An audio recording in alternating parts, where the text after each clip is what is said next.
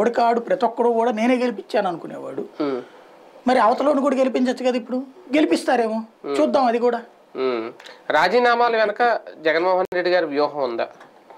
వీళ్ళందరూ రాజీనామాలు చేయడం, వాటిని ఇమీడియట్ గా ఆమోదించేసి నిజంగా రాజ్యసభ వ్యూహం ఉందా? ఇప్పుడు జగన్ దాంట్లో ఒకటి స్ట్రైట్ కనబడేది, అది కుచ్చితాలు కుతంత్రాలు చేస్తూ ఆ పెద్ద సీన్ చెయ్యడు తనకు సంబంధించి. తను సింపుల్ 2 ముక్కలు చెప్పాడు. ఏడాదిన్నర నుంచి చెప్తున్నాడు, మీకు ఇదిగో వీళ్ళ ప్రోగ్రెస్ రిపోర్ట్ బాగాలేదు, బాగా చదవండి అని చెప్పాడు. వీళ్ళు మాకు సరైన మాస్టర్ లేరని చెప్పారు.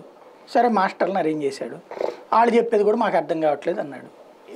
ఒక స్కూల్లో అందరికి అర్థం కావు, తర్వాత తప్పుతారు. అంటే ఒకేసారి లిస్ట్ రిలీజ్ చేస్తే తిరుగుబాటు వస్తుందనా? విడతల వారీగా ఒక్కొక్కరి పేర్లు పక్కన పెట్టడం లేదు. ఇప్పుడు నిజంగా ఏముంటది, నిజంగా ఎప్పుడో ఒక లిస్ట్ ఉంటే వీళ్ళందరూ సరిగ్గా పనితీరు బాగాలేదని, లేదంటే టీడీపీ టచ్ లో ఉన్నారని చెప్పి వాళ్ళని పక్కన పెట్టేస్తే అయిపోయేది కదా. ఎందుకు అవుతుంది?